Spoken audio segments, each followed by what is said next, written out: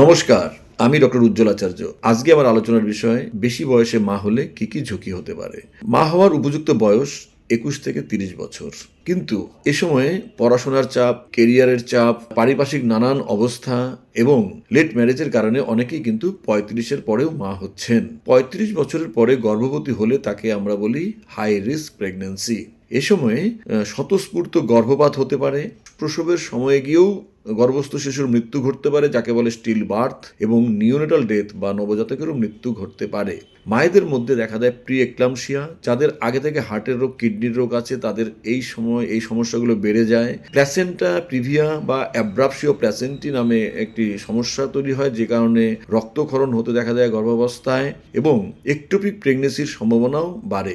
আর গর্ভস্থ শিশুর জিনগত ত্রুটি বা ক্রোমোজোমাল অ্যাবনর্মালিটি বা ডাউন সিনড্রোম যেমন দেখা দেয়, তার সঙ্গে দেখা দেয় oesophageal atresia, cardiac abnormality, hypospadias ইত্যাদি নানা রকম জন্মগত ত্রুটি কিন্তু গর্ভস্থ শিশুর মধ্যে দেখা দিতে পারে।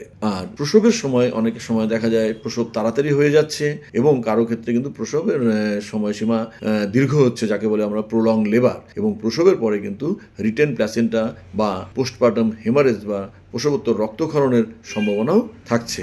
আর গর্ভস্থ শিশুর কিন্তু এই সময় অনেক সময় বৃদ্ধি ব্যাহত হতেও দেখা যায়, যাকে বলে আইইউজিআর। কাজেই ৩৫ বছরের পরে মা হতে গেলে আপনাকে একটা প্রি প্রেগনেন্সি কাউন্সিলিং করা দরকার হয়। একজন অভিজ্ঞ স্ত্রীরোগ বিশেষজ্ঞের কাছে গিয়ে আপনি অবশ্যই আপনি চেক আপ করাবেন।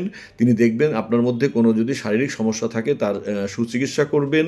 এ সময় স্ট্রেস পরিহার করতে হবে, ডাক্তারবাবুর পরামর্শে ফলিক অ্যাসিড খেতে হবে, ধূমপান মদ্যপান একেবারেই চলবে না, সুষম খাবার, পর্যাপ্ত জলপান, উপযুক্ত নিদ্রা এই সময় প্রয়োজন আছে, বিশ্রামেরও যথেষ্ট প্রয়োজন, এবং গর্ভাবস্থায় একজন গাইনোকোলজিস্টের আন্ডারে থেকে আপনার সুনিবিড় অ্যান্টিনেটাল চেক আপ আপনাকে করতে হবে, এবং তার পরামর্শ আপনাকে মেনে চলতে হবে।